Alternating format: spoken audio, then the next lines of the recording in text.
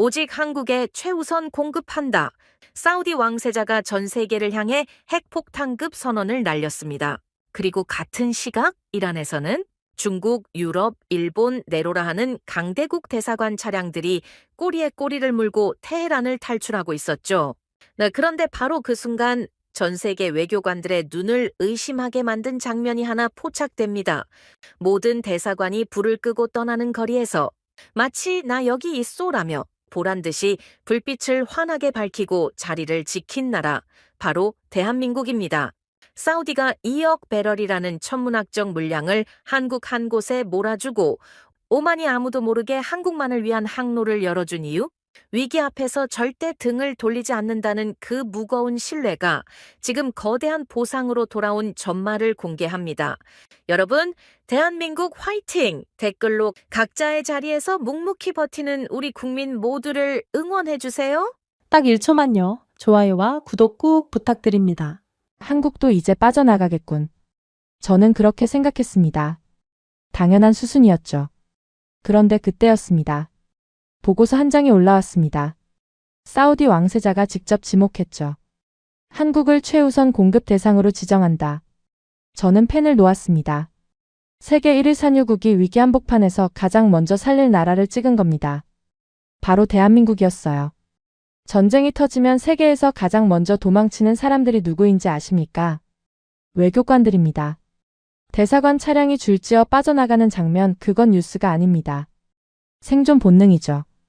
그날 테헤란 대사관 거리를 보셨어야 합니다. 딱 이 말처럼 행동했거든요. 유럽이 빠졌습니다.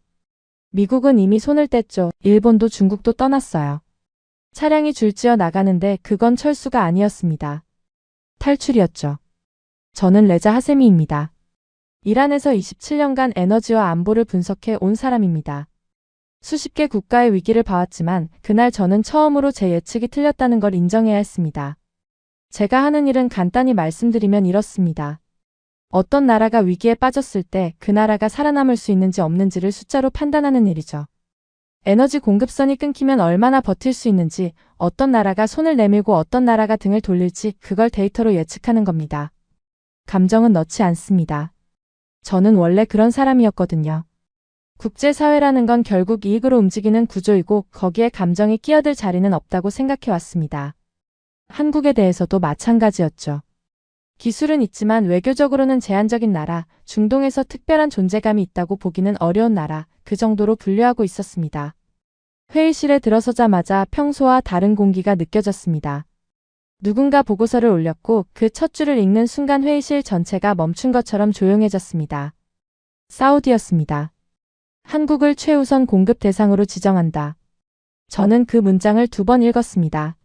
최우선이라는 단어가 눈에 걸렸던 겁니다. 이건 단순한 거래 계약이 아니었거든요. 전쟁 상황에서 누구를 먼저 살릴 것인가, 그 방향을 정한 겁니다. 사우디가 직접 왕세자 이름으로 결정한 사안이었습니다. 옆에 앉아있던 동료가 조용히 물었습니다. 이거 확인된 겁니까? 돌아온 대답은 짧았죠. 공식입니다. 한국에서도 발표했대요. 그 한마디에 아무도 말을 잇지 못했습니다. 저는 잠시 생각에 빠졌습니다. 사우디가 이런 결정을 내린다는 건 단순히 원유를 보내준다는 의미가 아닙니다. 중동 전체의 에너지 질서 안에서 한국이라는 나라의 위치를 공식적으로 설정한 거거든요. 쉽게 말해서 위기가 터졌을 때 가장 먼저 줄을 서는 자리에 한국을 세운 겁니다. 왜 하필 한국인지 저는 그 순간 명확한 답을 갖고 있지 않았습니다. 다만 하나는 확실했죠. 이건 큰일이라는 것. 회의가 끝나고 저는 사무실로 돌아왔습니다. 그런데 이상한 일이 벌어지기 시작했습니다. 이란 내부에서 하나의 문장이 퍼지고 있었거든요. 출처도 없고 공식 문서에 실린 것도 아니었습니다. 그런데 군 관계자들 사이에서, 정보 분석관들 사이에서, 심지어 외교관들 사이에서까지 같은 말이 반복되고 있었습니다. 당분간 한국은 건드리지 마라. 저는 처음엔 코웃음을 쳤습니다. 전쟁터에는 늘 이런 말이 떠돌거든요. 특정 국가에 대한 근거 없는 소문, 누가 강하고 누가 위험한지에 대한 뜬 소문, 그런 건 매일 들리는 얘기였습니다. 그래서 대수롭지 않게 넘겼죠. 이번 전쟁에서 UAE가 한국 방공망을 써서 높은 요격률을 기록한 건 사실이기도 했죠. 그런데 이상하리만큼 그 소문이 사라지지 않았습니다. 일주일이 지나도 열흘이 지나도 그 문장은 여전히 돌고 있었습니다. 오히려 시간이 갈수록 더 자연스럽게 스며들었죠. 마치 모두가 이미 알고 있는 사실인 것처럼 누구도 출처를 묻지 않았습니다. 그냥 받아들이고 있었습니다. 저는 그때부터 조금 불편해지기 시작했습니다. 데이터에 없는 것, 숫자로 설명되지 않는 것이 퍼지고 있다는 게 신경 쓰였거든요. 그리고 그날 밤이 왔습니다. 저는 또 하나의 장면을 보게 됩니다. 테헤란 대사관 거리였습니다. 외국 사람들 또 바빠지기 시작하겠군. 같이 대사관 거리를 걷던 동료가 한숨을 쉬며 푸념했죠. 휴전 협상이 진행되면서 잠시 숨통이 트인 상태였고 각국 대사관들이 이 틈을 놓치지 않고 움직이기 시작했습니다. 제가 아까 말씀드렸죠. 외교관은 전쟁터에서 가장 먼저 빠지는 사람들이라고. 그날이 딱 그 순간이었습니다. 거리에 늘어선 차량 행렬을 저는 직접 봤습니다. 유럽 국가들의 차량이 먼저 빠져나갔고 그 뒤를 미국이 따랐습니다. 중국 대사관 차량도 조용히 움직이고 있었죠. 누가 지시한 것도 아닌데 마치 약속이라도 한 듯이 모든 나라가 같은 방향으로 향하고 있었습니다. 밖으로. 도시 밖으로. 최종적으로는 이란 밖으로. 저는 그 광경을 보면서 얘기했죠. 저게 정상이죠 뭐. 전쟁터에 남아서 뭐 하겠습니까? 위기에서 빠지는 것 그건 비겁한 게 아닙니다. 합리적인 판단이죠. 저라도 같은 선택을 했을 겁니다. 그리고 한국 대사관 앞을 지나는 순간 저는 발걸음을 멈췄습니다. 차량 한 대가 문 밖으로 나오고 있었습니다. 동료가 손가락으로 그곳을 가리키며 말했어요. 역시 한국도 빠지는군. 하긴 원유도 확보했고 뭘 더 기다리겠어. 그게 정상이니까요. 그런데 그 차가 멈췄습니다. 도로 위에서 잠시 서 있더니 천천히 방향을 틀었습니다. 그리고 다시 대사관 안으로 들어갔습니다. 그리고 시동이 꺼졌어요. 직원으로 보이는 2명이 대사관으로 걸어 들어가더니 불이 켜졌습니다. 그리고는 그 불은 꺼지지 않았죠. 저는 그 자리에 서서 한동안 아무 생각도 하지 못했습니다. 방금 뭘 본 건지 정리가 되지 않았거든요. 나오다가 다시 들어갔다고? 그리고 일을 한다고? 아니면 뭔가 지시가 바뀐 건가?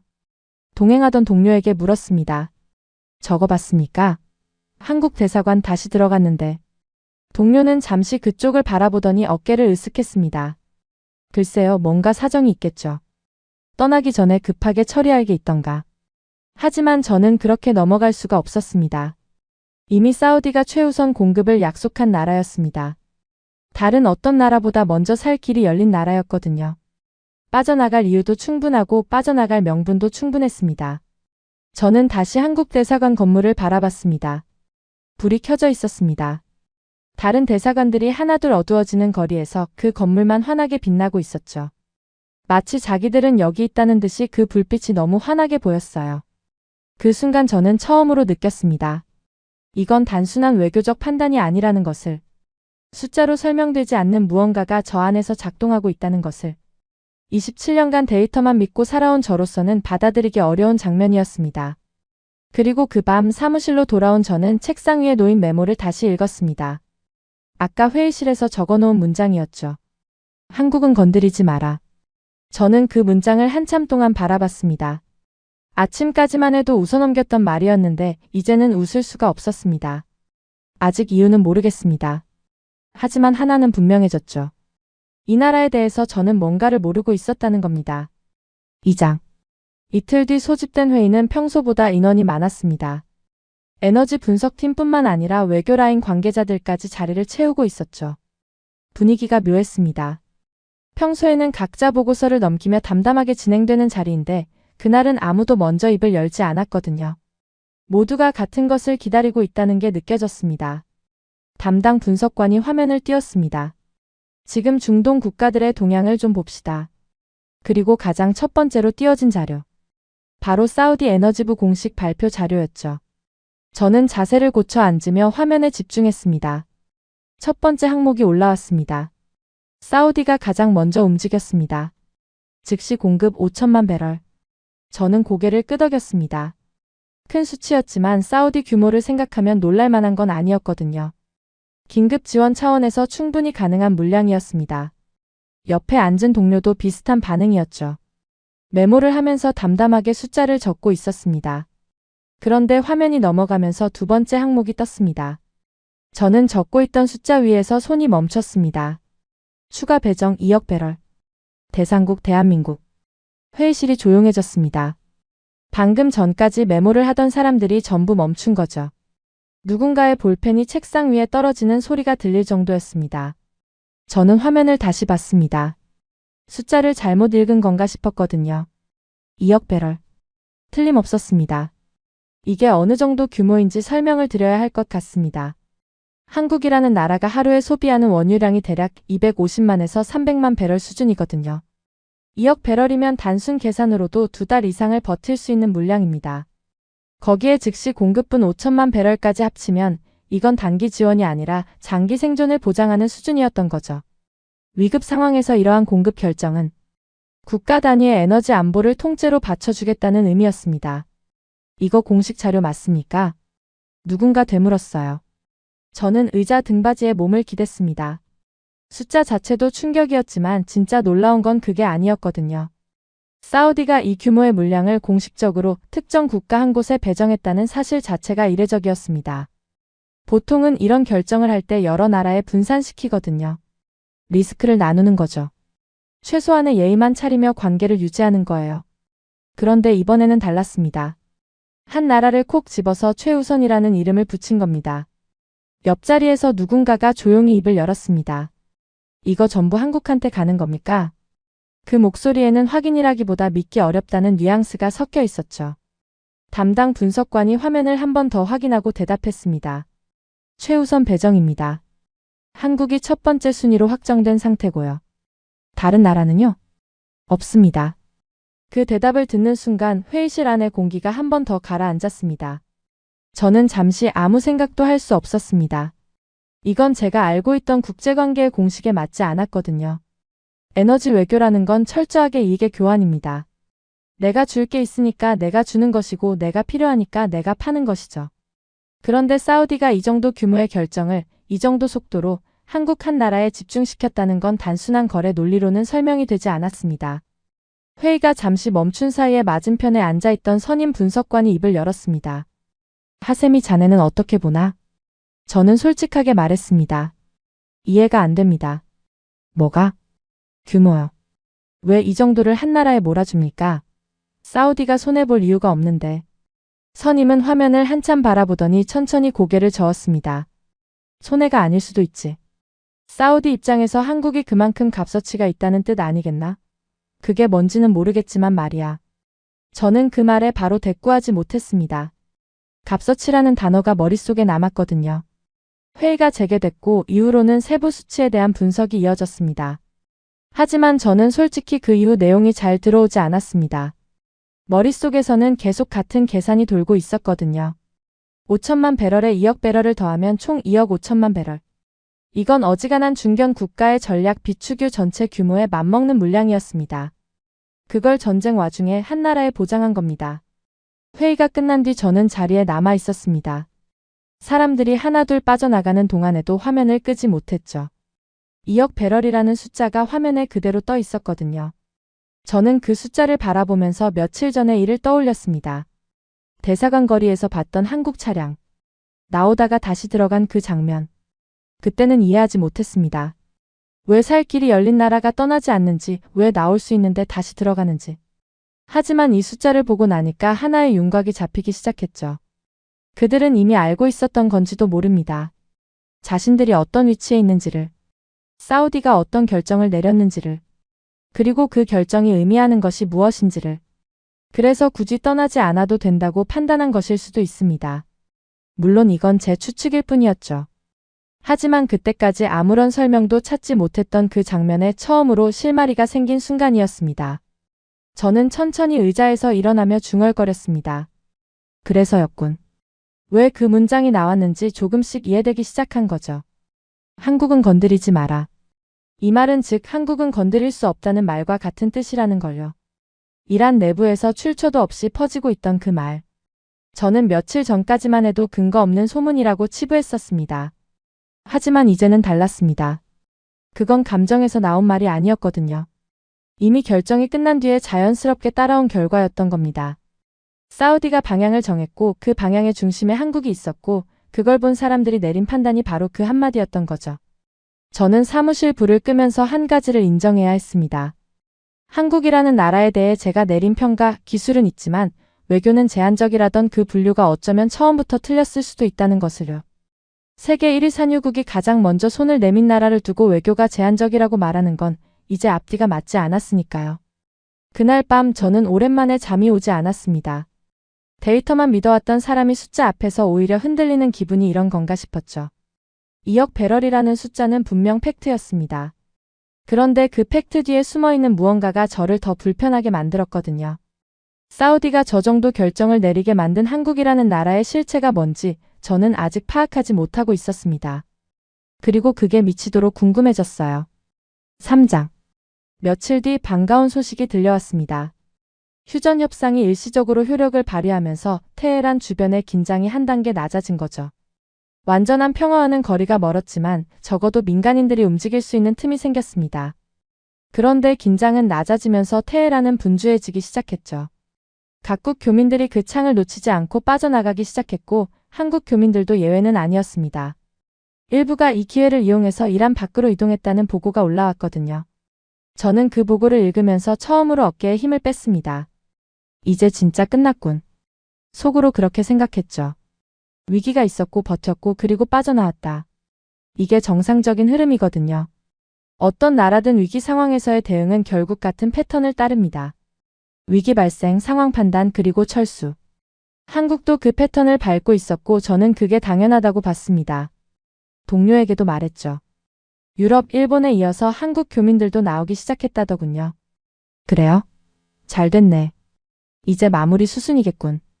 그렇겠죠. 대사관도 곧 축소 운영으로 전환할 겁니다. 저는 그렇게 확신하고 있었습니다.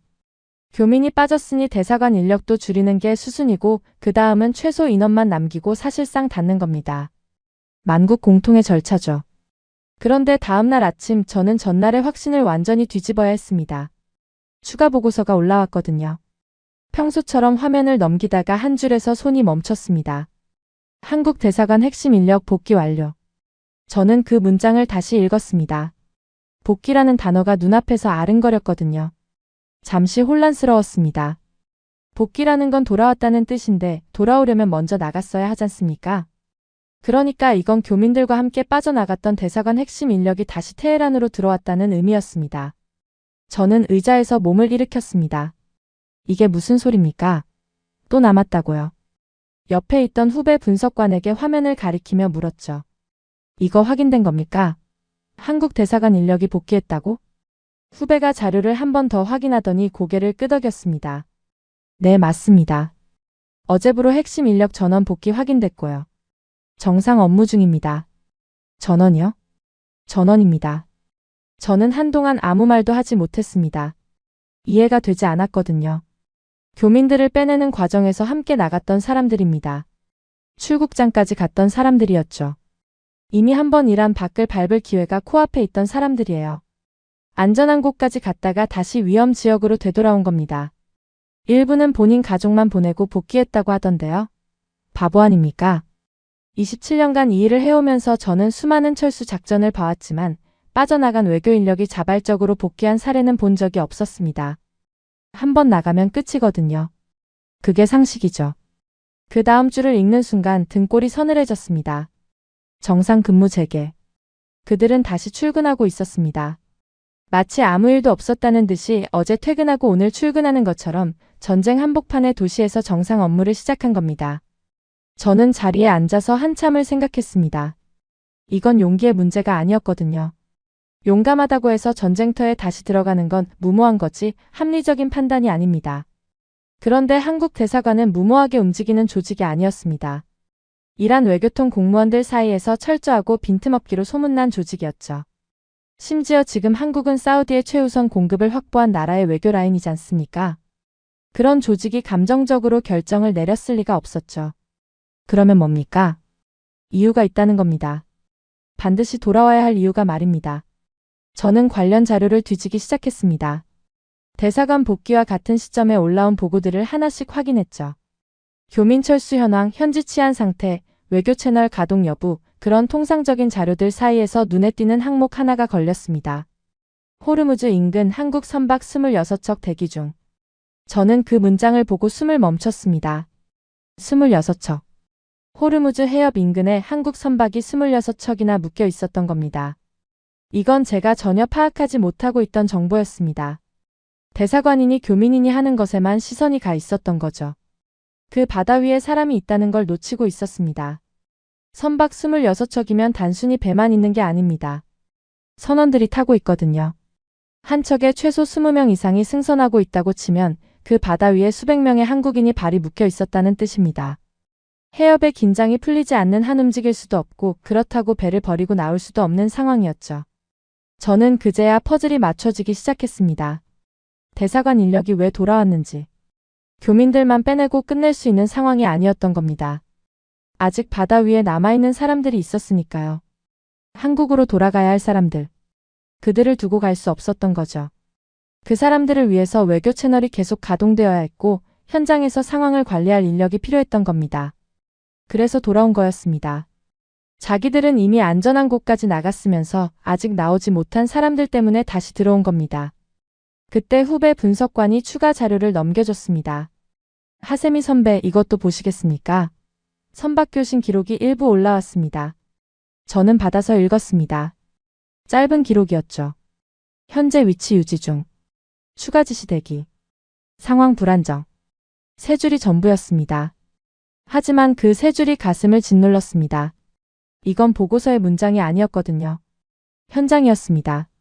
지금 이 순간에도 그 바다 위에서 누군가가 보낸 목소리였습니다. 위치를 유지하고 있다는 건 아직 움직이지 못한다는 뜻이고 추가 지시를 기다린다는 건 스스로 판단해서 움직일 수 있는 상황이 아니라는 뜻이며 불안정하다는 건 지금 이 순간도 위험하다는 뜻이었죠. 저는 그 교신 기록을 내려놓고 창밖을 바라봤습니다. 테헤란의 하늘은 맑았습니다. 이 도시 안에서는 잠시나마 숨통이 트인 상태였죠. 하지만 저 너머 바다 위에서는 여전히 사람들이 묶여 있었습니다. 기다리고 있었습니다. 언제 풀릴지 모르는 상황 속에서. 그래서 돌아온 거였군. 저는 혼잣말을 했습니다. 한국 대사관 사람들이 왜 복귀했는지 이제 완전히 이해됐거든요. 그들은 자기들만 살아서 나온 걸로 끝내지 않았습니다. 바다 위에 아직 자국민이 남아있는 한 그 자리를 비울 수 없었던 겁니다. 이건 명령이어서 그런 게 아닐 수도 있습니다. 물론 정부의 지시가 있었겠죠. 하지만 지시만으로 전쟁터에 다시 들어가는 건 쉬운 일이 아닙니다. 한번 빠져나온 사람이 다시 위험 속으로 걸어 들어가려면 지시 이상의 무언가가 필요하거든요. 저는 그게 뭔지 정확히 말할 수는 없었습니다. 다만 27년간 수많은 국가의 위기 대응을 봐오면서 이런 식으로 움직이는 나라를 본 적이 없다는 것만은 확실했습니다. 그날 저녁 사무실을 나서려는데 화면에 새로운 알림이 하나 떴습니다. 무심코 확인하려다가 제목을 보는 순간 발걸음이 멈췄습니다. 오만 항로 지원 검토 시작. 동향 파악 필요. 오만이라는 이름이 눈에 꽂혔습니다. 저는 다시 자리에 앉았습니다. 저는 화면을 끄지 못한 채 오만이라는 단어를 한참 들여다봤습니다. 오만이 움직인다. 이상한데? 그 바다 위 26척의 선박과 수백 명의 선원들. 그리고 그들을 위해 다시 돌아온 사람들. 그리고 오만이 움직였다. 이 모든 것이 하나의 선으로 이어지고 있다는 걸 저는 느끼고 있었지만 아직 그 전체 그림을 보지는 못하고 있었습니다. 사장. 오만. 오만이 왜 이 시점에서 등장하는 건지, 항로 지원이라는 게 구체적으로 뭘 뜻하는 건지 머리로는 정리가 안 됐죠. 하지만 직감은 있었습니다. 이게 단순한 외교적 움직임이 아니라는 것, 그리고 한국과 연결되어 있을 거라는 것. 저는 그 직감을 확인하기 위해 자료를 파기 시작했습니다. 먼저 며칠간 머릿속을 맴돌던 질문을 정리할 필요가 있었습니다. 왜 돌아왔는가? 왜 떠나지 않았는가? 한국 대사관 인력이 복귀한 이유는 바다 위 선박 26척과 그 선원들 때문이라는 데까지는 이해했습니다. 하지만 그게 전부는 아닌 것 같았거든요. 선원들을 위해서 돌아왔다고 치더라도 해협이 막혀있는 상황에서 대사관 인력이 현장에 있는 것만으로는 문제가 풀리지 않습니다. 외교관이 직접 배를 끌고 나올 수는 없는 노릇이지 않습니까? 그렇다면 돌아온 건 단순히 있기 위해서가 아니라 무언가를 준비하기 위해서라는 뜻이었습니다. 뭘 준비하고 있었던 걸까? 그 답이 오만에 있을 수도 있겠다는 생각이 든 겁니다. 저는 사무실에서 중동 지역 항로 지도를 꺼냈습니다. 오랫동안 들여다보지 않았던 자료였죠. 에너지 분석을 하면서 해상 물류 경로는 기본적으로 숙지하고 있었지만 이번처럼 특정 국가의 항로를 집중적으로 살펴본 건 처음이었습니다. 지도를 펼치고 호르무즈 해협을 중심으로 주변 국가들의 위치를 다시 확인했습니다. 그리고 그 순간 모든 것이 멈췄습니다. 오만의 위치가 눈에 들어왔거든요. 호르무즈 해협의 안쪽이 아니라 바깥쪽에 있었습니다. 정확히 말하면 해협을 통과하지 않고도 접근할 수 있는 위치에 오만의 항구들이 자리 잡고 있었던 거죠. 저는 지도 위에서 손가락으로 경로를 따라가 봤습니다. 페르시아만 안쪽에서 호르무즈를 거치지 않고 오만의 항구로 향하는 루트. 그건 막힌 길이 아니었습니다. 남아있는 길이었습니다. 여기였군. 저는 혼자 중얼거렸습니다. 지도 위에서 답이 나온 겁니다. 호르무즈 해협이 긴장 상태에 들어가면 그 안쪽에 있는 모든 선박은 사실상 갇히게 됩니다. 통과하려면 이란의 영향권을 지나야 하고 그 과정에서 어떤 일이 벌어질지 아무도 장담할 수 없거든요. 그래서 대부분의 나라들은 해협이 불안해지면 선박을 후퇴시키거나 아예 진입을 포기합니다. 그게 일반적인 대응이죠. 그런데 오만은 해협 바깥에 있었습니다. 이란의 직접적인 통제권 받기라는 뜻이에요. 만약 오만이 한국 선박의 통과를 허용하고 자국 항구를 경유지로 제공한다면 호르무즈가 막혀 있어도 우회할 수 있는 경로가 생기는 겁니다. 해협을 뚫는 게 아니라 해협을 피해서 가는 거죠. 저는 다시 며칠 전에 보고서를 꺼내서 오만 관련 항목을 찾았습니다. 처음 봤을 때는 무심코 넘겼던 내용들이 이제는 전혀 다른 의미로 읽혔습니다. 항로 지원, 선박 통과 협조, 에너지 공급 연결. 이 세 가지가 한 묶음으로 올라와 있었거든요. 하나씩 뜯어보면 각각 다른 영역의 이야기입니다. 항로 지원은 물류의 문제이고 선박 통과 협조는 외교의 문제이며 에너지 공급 연결은 경제의 문제죠. 그런데 이 셋이 동시에 같은 시점에 오만이라는 한 나라에서 움직이고 있었습니다. 이건 우연이 아니었습니다. 누군가가 설계한 겁니다. 저는 의자에서 몸을 일으켰습니다. 심장이 빠르게 뛰고 있었거든요. 데이터를 다루는 사람이 흥분하면 안 되는 건 알고 있습니다. 하지만 그 순간만큼은 억누를 수가 없었습니다. 막혀 있다고 생각했던 바다에서 길이 열리고 있었으니까요. 후배 분석관이 사무실로 들어오다가 제 표정을 보고 멈칫했습니다. 선배, 무슨 일 있습니까? 저는 지도를 가리키며 말했습니다. 이거 봐라. 오만 위치가 어디야? 여기 잘 봐봐. 후배가 지도를 들여다봤습니다. 호르무즈 바깥이죠. 그래. 바깥이야. 그게 왜요?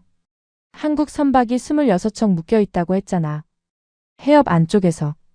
후배의 눈이 커졌습니다. 설마 오만을 통해서 우회시키려는 겁니까? 저는 고개를 끄덕였습니다.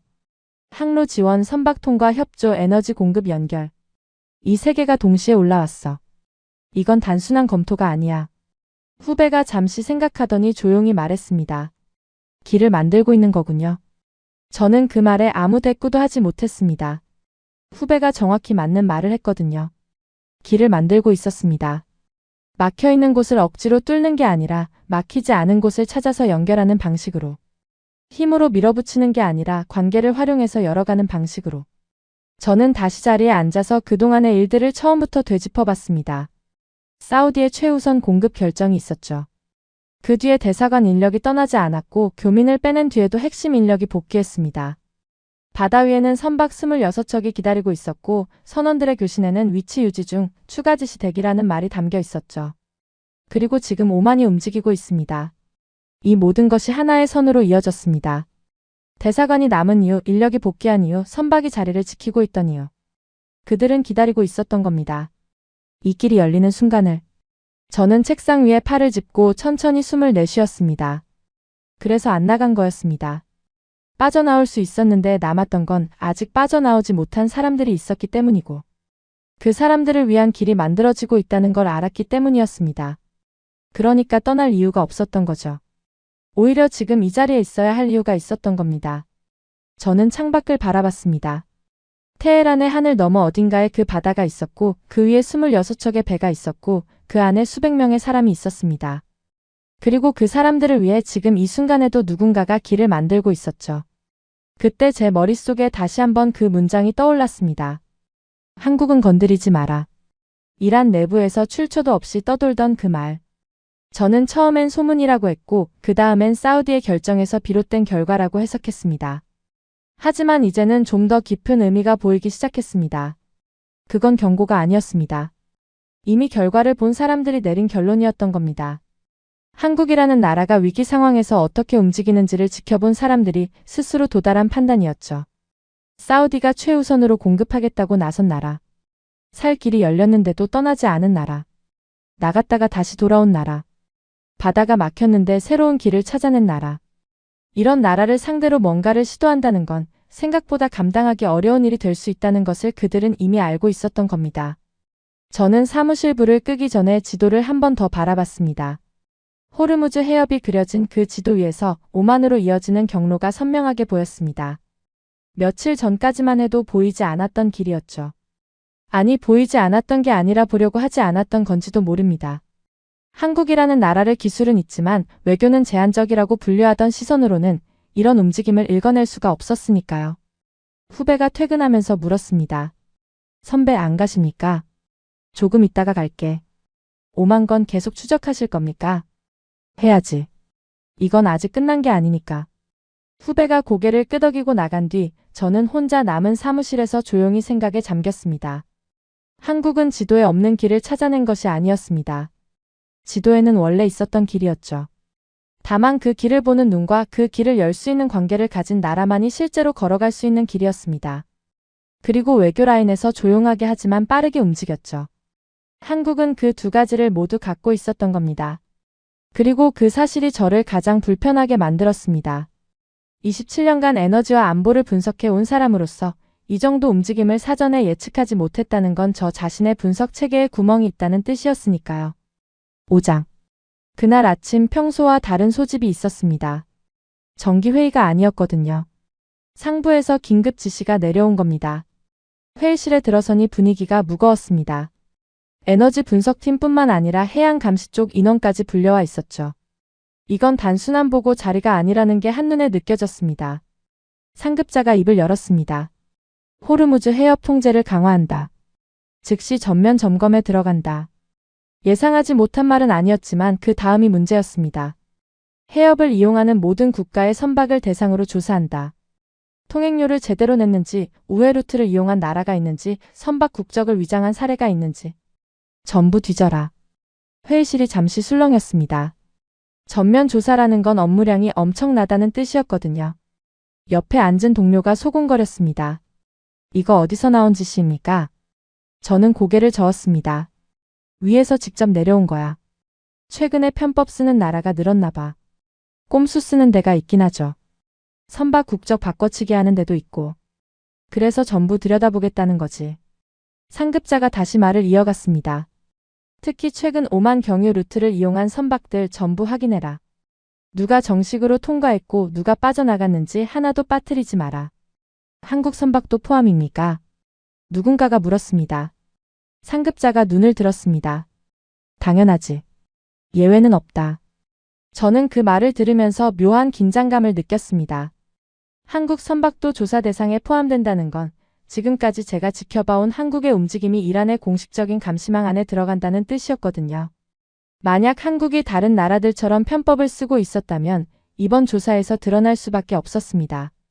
회의가 끝나고 저는 곧장 작업에 들어갔습니다.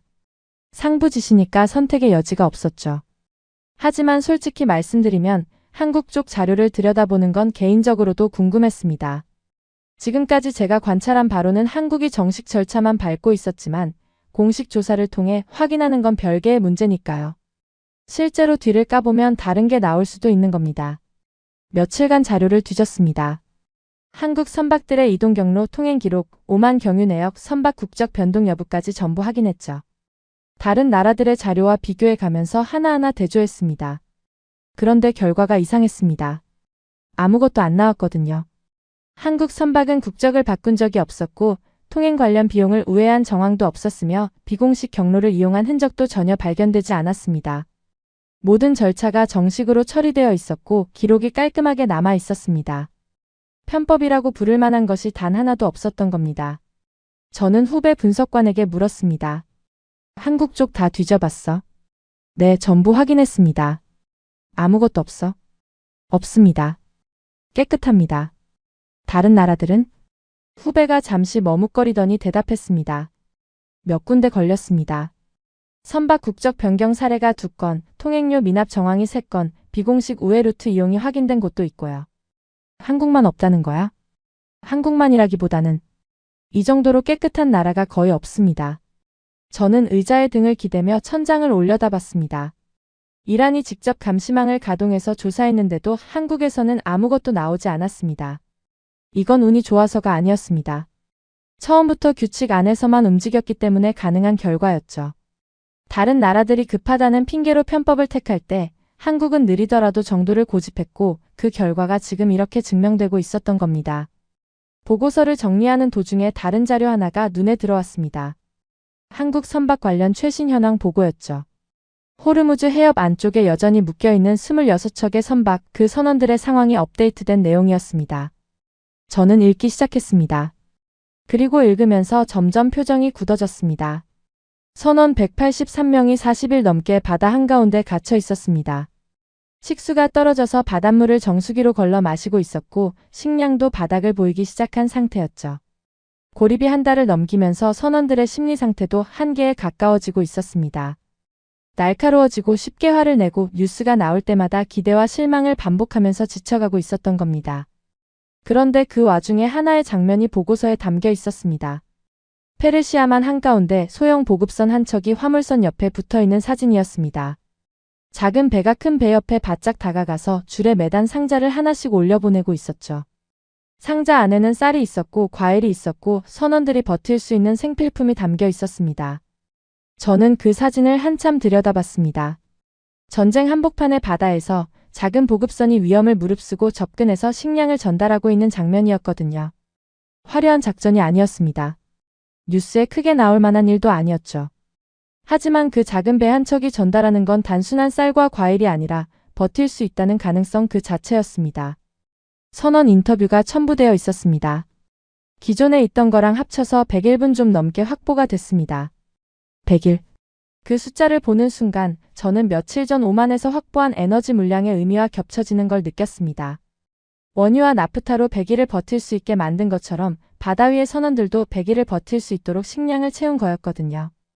우연의 일치치고는 너무 정확했습니다. 이건 누군가가 계산한 겁니다. 국가 차원에서 바다 위의 사람들까지 포함해서 최소 100일을 견딜 수 있는 체계를 만들어 놓은 거였죠. 하지만 비용이 만만치 않았습니다. 보고서에 따르면 보급품 가격은 평소에 서너 배로 뛰어 있었고 소형 보급선 한 번 이용하는 데 드는 비용도 150만 원 수준에서 400만 원, 500만 원까지 올라가 있었거든요. 전쟁 상황에서 물가가 오르는 건 당연하지만 그 비용을 감수하면서까지 바다 한가운데의 선원들에게 물자를 보낸다는 건 이익의 문제가 아니라 책임의 문제였습니다. 후배가 같은 자료를 읽고 있다가 조용히 말했습니다. 선배, 이거 보면 한국은 자기 선원들 포기 안 하는 거 아닙니까? 저는 고개를 끄덕였습니다. 안 하는 거지. 비용이 이 정도면 배를 포기하는 게 오히려 경제적일 수도 있는데요. 그래. 계산만 따지면 그렇지. 근데 안 포기하지 않습니까? 그러니까 이상한 거야. 이상하다고 말하긴 했지만 사실 이제는 이상하지 않았습니다. 한국이라는 나라가 이번 위기에서 보여준 패턴이 여기서도 똑같이 반복되고 있었으니까요. 대사관 인력이 나갔다가 다시 돌아온 것, 사우디와 오만에서 공급을 확보한 것, 규칙을 어기지 않고 버텨낸 것, 그리고 지금 바다 위의 선원들에게 100일치 식량을 보급한 것. 전부 같은 원리였습니다. 한 사람도 포기하지 않겠다는 것. 끝까지 책임지겠다는 것. 저는 보고서를 덮고 잠시 눈을 감았습니다. 이란이 공식적으로 통제를 강화하고 전면 조사를 벌이고 있는 상황에서도 한국은 단 한 건의 편법도 없이 자기 사람들을 지키고 있었습니다. 규칙을 어기지 않았기 때문에 잡을 명분이 없었고 마찰을 만들지 않았기 때문에 공격할 빌미가 없었습니다. 그러면서도 선원 183명까지 포함해서 100일을 버틸 수 있는 체계를 완성시킨 거였죠.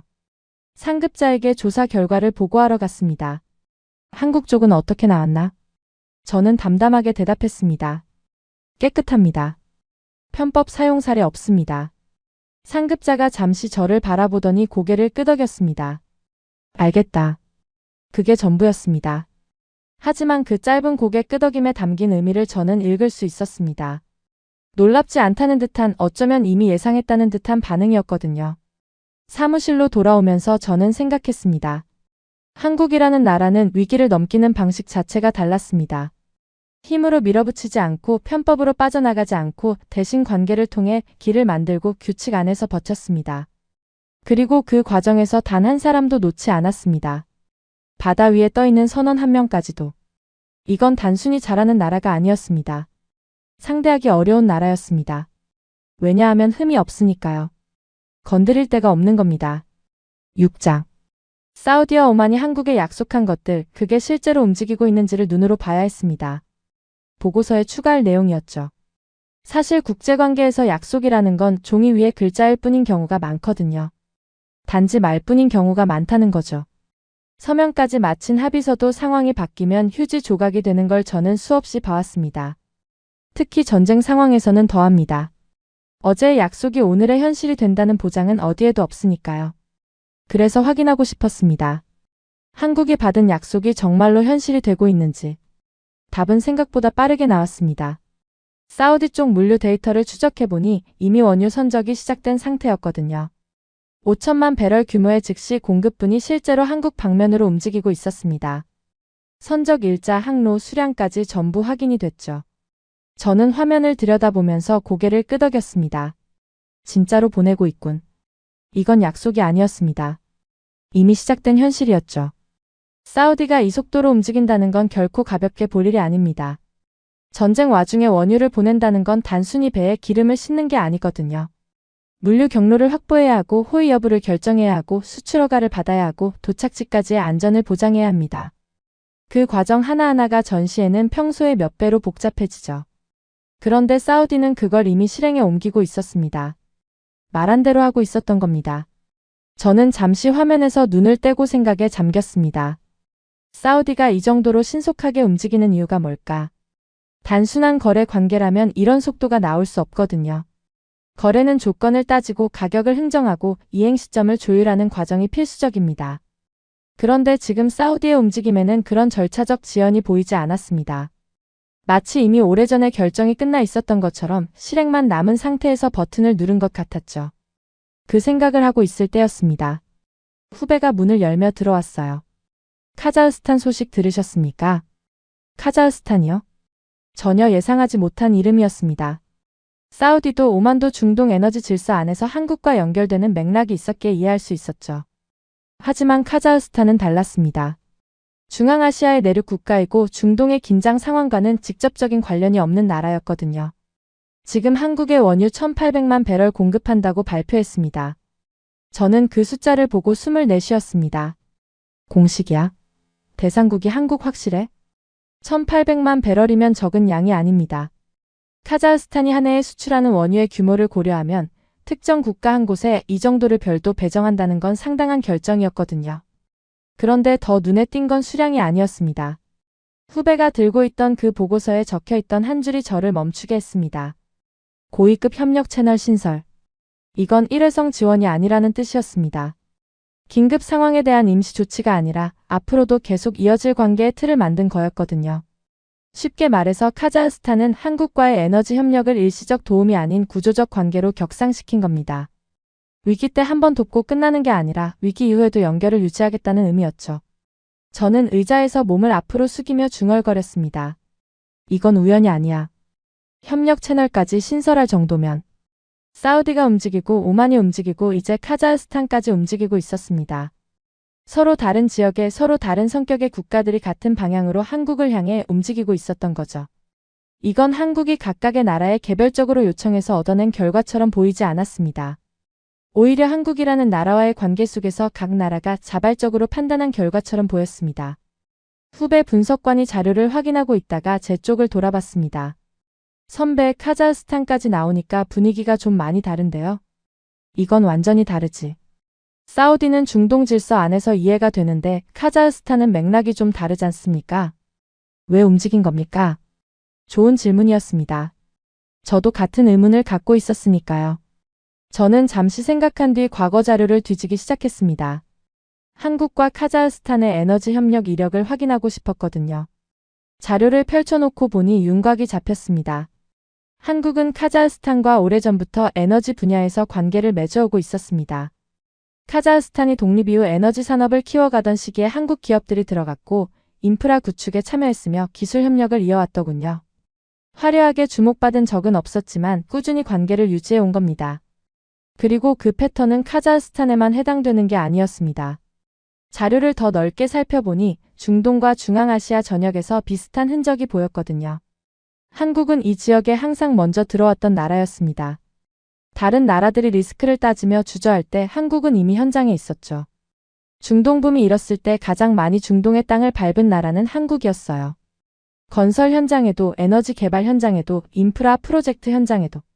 그리고 중요한 건 들어온 뒤에 끝까지 남았다는 겁니다.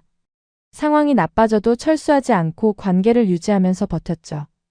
그게 1년이 아니라 10년, 20년 단위로 이어져 왔던 겁니다. 저는 자료를 덮으면서 후배에게 말했습니다. 카자흐스탄이 움직인 건 갑자기가 아니야. 무슨 뜻입니까? 한국이 이 지역에서 쌓아온 게 있거든. 오래전부터. 조용하게. 그래서 지금 이 상황에서 도와주는 겁니까? 도와주는 게 아니지. 관계가 작동하는 거야. 후배가 잠시 생각에 잠기더니 고개를 끄덕였습니다. 그러면 이건 거래가 아니라 관계지. 오래 쌓아온 관계가 지금 결과로 나타나고 있는 거야. 저는 그 대화를 하면서 머릿속으로 숫자를 정리하고 있었습니다. 사우디에서 확보한 즉시 공급분 5천만 배럴과 추가 배정 2억 배럴. 오만에서 확보한 원유 500만 배럴과 나프타 160만 톤. 그리고 카자흐스탄의 1,800만 배럴. 전부 합치면 대략 2억 7천만 배럴 규모였습니다. 2억 7천만 배럴.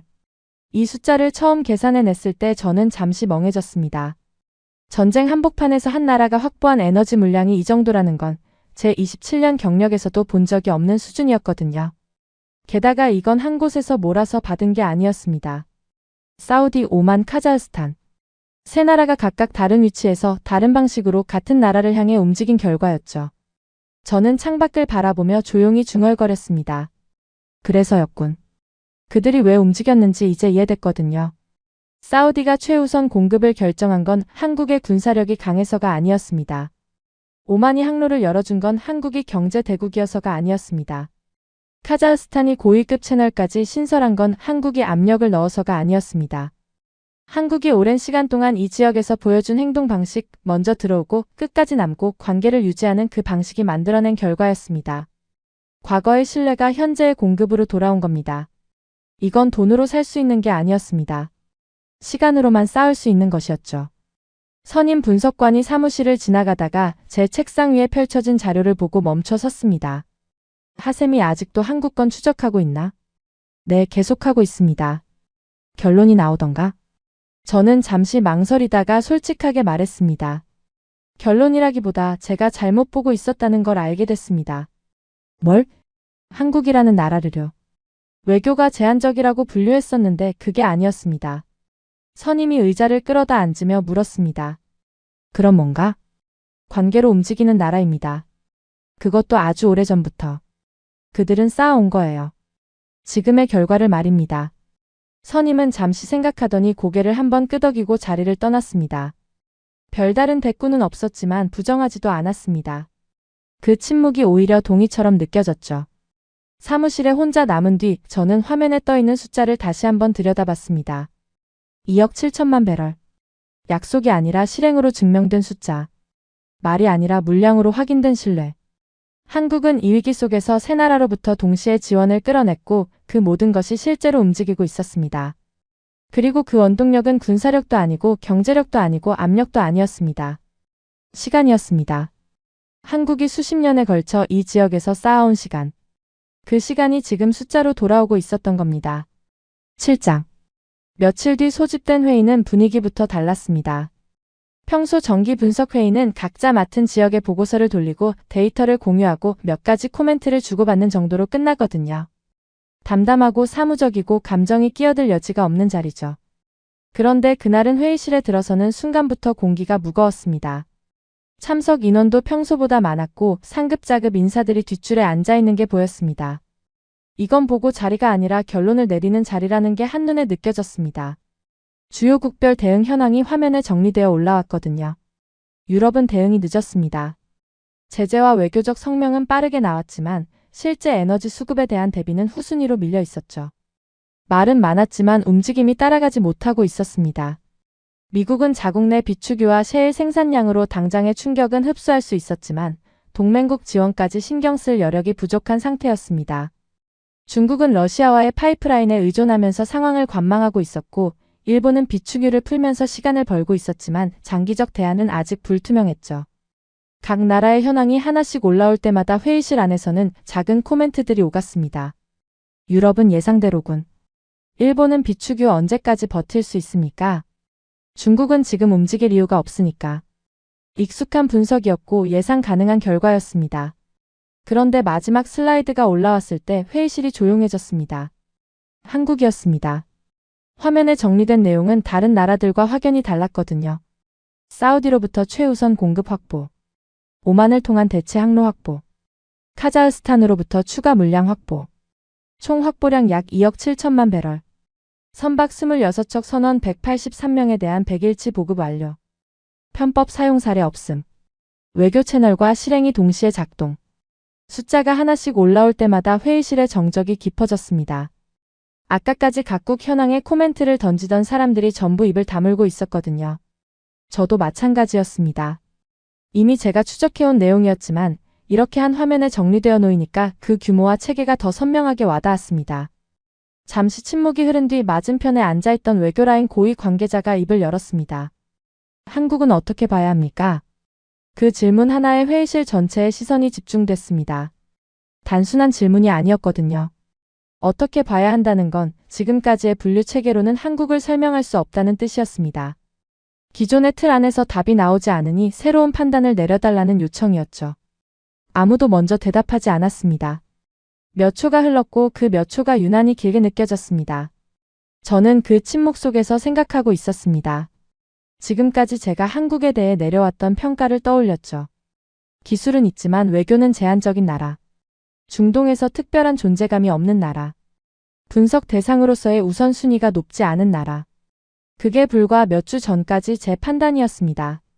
하지만 지금 화면에 떠있는 숫자들이 그 판단을 완전히 부정하고 있었습니다. 외교가 제한적이라고 했던 나라가 사우디와 오만과 카자흐스탄을 동시에 움직여서 2억 7천만 배럴을 확보했습니다. 존재감이 없다고 했던 나라가 이란의 전면 조사에서도 흠 하나 잡히지 않는 완벽한 대응을 보여줬습니다.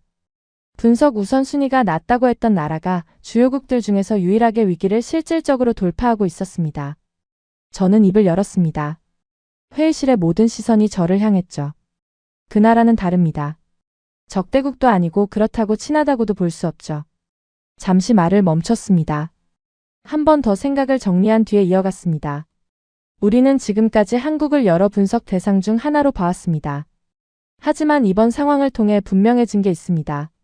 이 나라의 결과는 우리의 계산 안에 들어오지 않았습니다. 외교 라인 관계자가 물었습니다. 구체적으로 어떤 의미입니까? 한국이 확보한 공급망 규모와 속도는 우리가 사전에 예측한 범위를 넘어섰습니다. 사우디의 최우선 공급, 오만의 항로 지원, 카자흐스탄의 추가 물량까지 이 세 가지가 동시에 작동한 건 단일 국가의 위기 대응으로는 이례적인 수준입니다. 그래서 위험하다는 겁니까? 저는 잠시 생각한 뒤 고개를 저었습니다. 위험하다는 표현은 정확하지 않습니다. 회의실이 다시 조용해졌습니다. 저는 천천히 말을 이어갔습니다. 한국이 강해서 위험한 게 아닙니다. 군사력으로 위협적인 나라도 아니고 경제 규모로 압도하는 나라도 아닙니다. 하지만 이 나라를 상대하면 예측할 수 없어요. 옆에 앉아있던 선임 분석관이 물었습니다. 예측할 수 없다는 건 무슨 뜻인가? 이번 조사에서 확인됐지 않습니까? 한국은 편법을 쓰지 않았습니다. 규칙 안에서만 움직였고 어디에서도 마찰을 만들지 않았습니다. 그런데 결과는 어떻습니까? 다른 나라들보다 더 많이 더 안정적으로 확보해냈습니다. 이런 나라를 상대로 무언가를 시도하면 어떻게 됩니까? 잡을 명분이 없습니다. 공격할 빌미도 없습니다. 건드리면 건드린 쪽만 소모되는 구조입니다. 회의실에 긴 정적이 흘렀습니다. 누군가가 반박할 수도 있는 자리였습니다. 제 분석이 과하다고 한 나라를 너무 높이 평가하고 있다고 지적할 수 있었죠. 하지만 아무도 입을 열지 않았습니다. 화면에 떠있는 숫자들이 제 말을 대신 증명하고 있었으니까요. 상급자가 뒷줄에서 조용히 물었습니다. 하셈이 결론이 뭔가? 저는 고개를 들어 상급자를 바라봤습니다. 한국은 적이 아닙니다. 잠시 멈춘 뒤 한마디를 더했습니다. 그냥 건드려서는 안 되는 존재입니다. 그 말이 끝나고 회의실은 다시 조용해졌습니다. 하지만 아까의 침묵과는 결이 달랐습니다. 아까는 판단을 내리지 못해서 생긴 침묵이었고 지금은 판단이 내려진 뒤의 침묵이었거든요. 모두가 같은 결론에 도달해 있다는 걸 저는 느낄 수 있었습니다. 회의가 마무리되면서 외교라인 관계자가 자리를 뜨다가 제 옆에서 멈췄습니다. 하셈이 아까 그 말 기록에 남겨도 되겠나? 어떤 말씀입니까? 건드려서는 안 되는 존재라는 거. 저는 잠시 생각했습니다. 그리고 고개를 끄덕였습니다. 남기셔도 됩니다. 사실이니까요. 관계자는 가볍게 고개를 숙이고 나갔습니다. 혼자 남은 회의실에서 저는 화면을 다시 한번 바라봤습니다. 한국이라는 이름 옆에 나열된 숫자들. 2억 7천만 배럴 선원 183명 100일치 보급 편법 사용 없음. 이 숫자들이 말해주는 건 단순한 성과가 아니었습니다. 하나의 국가가 위기 앞에서 어떤 존재인지를 보여주는 증거였죠. 다른 나라들은 분석 중이었습니다. 상황을 관망하거나 대응을 준비하거나 겨우 시간을 벌고 있었죠. 한국만 이미 결과를 만들어 놓은 상태였습니다. 외교와 실행이 동시에 작동했고 공급망과 보급 체계가 동시에 완성되었으며 그 과정에서 단 한 번의 규칙 위반도 없었습니다. 이건 운이 좋아서 가능한 일이 아니었습니다. 준비된 나라만이 보여줄 수 있는 결과였습니다. 8장. 저는 최종 보고서를 펴놓고 모든 장면을 하나씩 떠올리며 깨달았습니다. 이건 하나의 사건이 아니었다는 것을. 하나의 흐름이었습니다. 처음부터 끝까지 같은 원리로 같은 방식으로 움직인 하나의 거대한 흐름. 한국이라는 나라가 위기 앞에서 작동하는 방식 그 자체였습니다. 그리고 저는 한 가지 중요한 사실을 인정해야 했습니다. 한국은 이번 위기에서 달라진 게 아니었다는 것을. 원래 그렇게 행동하는 나라였다는 것을. 그 생각이 들자 오래된 기억 하나가 떠올랐습니다. 수년 전이었습니다. 이란이 국제 제재를 받으면서 고립되어 가던 시기였죠. 서방 국가들이 하나둘 발을 빼기 시작했고 경제 제재가 강화되면서 이란과 관계를 유지하는 나라가 급격히 줄어들었습니다. 대부분의 국가들이 서둘러 거리를 뒀습니다. 이란과 엮여 있으면 자기들까지 제재 대상이 될 수 있었으니까요. 합리적인 판단이었습니다. 그런데 그때 제 기억 속에 남아있는 이름이 하나 있었습니다. 한국이었습니다. 물론 한국도 제재의 틀 안에서 움직여야 했기 때문에 교역 규모가 줄어들었고 일부 관계가 축소된 건 사실이었습니다. 하지만 완전히 떠나지는 않았거든요. 한국은 남아있는 형태를 바꿨습니다. 직접적인 교역이 어려워지면 다른 방식을 찾았고 공식 채널이 좁아지면 관계의 맥락 자체는 유지하면서 이어갔습니다. 끊지 않았습니다. 저는 당시에는 그걸 대수롭지 않게 봤습니다. 규모가 줄었으니 의미 없다고 생각했거든요. 하지만 지금 돌이켜보면 그때 끊지 않은 그 관계의 실이 지금 이 모든 결과의 출발점이었을 수도 있다는 생각이 들었습니다. 사우디가 한국을 먼저 선택한 것도, 오만이 길을 열어준 것도, 카자흐스탄이 움직인 것도 전부 한국이 오랜 시간에 걸쳐 쌓아온 것들의 결과였으니까요. 그때도 그랬군. 저는 혼자 중얼거렸습니다. 한국은 상황에 따라 움직이는 나라가 아니었습니다. 어떤 상황에서든 같은 방식으로 행동하는 나라였습니다. 남았고 돌아왔고 기다렸고 그리고 결국 만들어냈습니다. 제재 때도 그랬고 전쟁 때도 그랬습니다. 그게 이 나라의 본성이었던 겁니다. 저는 천천히 자리에서 일어났습니다. 회의실 창문 너머로 테헤란의 야경이 보였습니다. 이 도시에서 27년을 보냈습니다. 수많은 국가를 분석했고 수많은 위기를 봐왔고 수많은 결론을 내려왔습니다. 그 27년 동안 저를 지탱해 온 신념은 단순했습니다. 국제사회는 결국 이익으로 움직인다. 감정은 변수가 아니다. 데이터가 전부다. 하지만 이번만큼은 달랐습니다. 한국이라는 나라가 보여준 건 이익의 논리로만 설명되지 않았거든요. 이익만 따졌다면 대사관 인력이 다시 들어갈 이유가 없었습니다. 이익만 따졌다면 비용이 서너 배 뛴 보급선을 바다 한가운데로 보낼 이유가 없었습니다. 이익만 따졌다면 편법 한두 개쯤은 써서 속도를 올리는 게 합리적이었습니다. 그런데 한국은 그 어느 것도 하지 않았습니다. 대신 느리더라도 원칙을 지켰고 비용이 들더라도 사람을 포기하지 않았고 시간이 걸리더라도 관계를 통해 길을 만들었습니다. 저는 처음으로 인정할 수밖에 없었습니다. 이 나라는 강해서 두려운 나라가 아니라는 것을, 상대하면 끝까지 감당해야 하는 나라라는 것을. 왜냐하면 흠이 없거든요. 규칙을 어기지 않으니 잡을 명분이 없고 마찰을 만들지 않으니 공격할 빌미가 없고 사람을 포기하지 않으니 약점이 없습니다. 이런 나라를 상대로 무언가를 시도한다는 건 시도한 쪽이 소모되는 구조가 될 수밖에 없다는 걸 저는 이제 알고 있었습니다. 사무실로 돌아와서 책상 위에 놓인 서류들을 정리하다가 며칠 전 적어놓은 메모가 눈에 들어왔습니다. 이 모든 일이 시작될 때 제가 적었던 문장이었죠. 한국은 건드리지 마라. 저는 그 메모를 집어들고 한참을 바라봤습니다. 처음 이 문장을 들었을 때 저는 코웃음을 쳤습니다. 이번 가십거리는 한국이군, 근거 없는 소문을 또 만드네라고 말이죠. 그 다음에는 사우디의 결정을 보고 나서 결과에서 나온 판단이라고 해석을 바꿨습니다. 그리고 한국의 움직임을 하나씩 확인할 때마다 그 문장의 무게가 조금씩 달라졌습니다. 지금 이 모든 걸 처음부터 끝까지 지켜본 뒤에 저는 그 문장의 최종적인 의미를 이해하게 되었습니다. 그건 협박이 아니었습니다. 감정도 아니었습니다. 이미 결과를 본 사람들이 내린 결론이었습니다. 한국이 위기에서 어떻게 움직이는지를 직접 목격한 사람들이 스스로 도달한 판단이었던 겁니다. 그리고 지금 27년간 데이터만 믿고 살아온 저 역시 그 결론에 도달해 있었습니다. 한국은 건드리지 마라. 이건 소문이 아니었습니다. 이건 사실이었습니다. 저는 메모를 책상 위에 내려놓고 사무실 불을 껐습니다. 결제 서류를 책상 위에 정리해놨죠. 복도를 걸으면서 마지막으로 한 가지 생각이 머릿속을 스쳤습니다. 한국은 두려운 나라가 아닙니다. 하지만 반드시 계산해야 하는 나라가 되었습니다. 그리고 그 계산을 제대로 하지 못한 쪽은 반드시 대가를 치르게 될 겁니다. 저는 27년 만에 처음으로 한 나라에 대한 제 모든 분석을 백지부터 다시 써야 한다는 걸 인정하며 건물을 나섰습니다. 테헤란의 밤바람이 차가웠습니다. 하지만 제 머릿속은 그 어느 때보다 선명했습니다. 지금까지 우인스의 수진이었습니다. 오늘도 끝까지 함께 해주셔서 정말 감사합니다.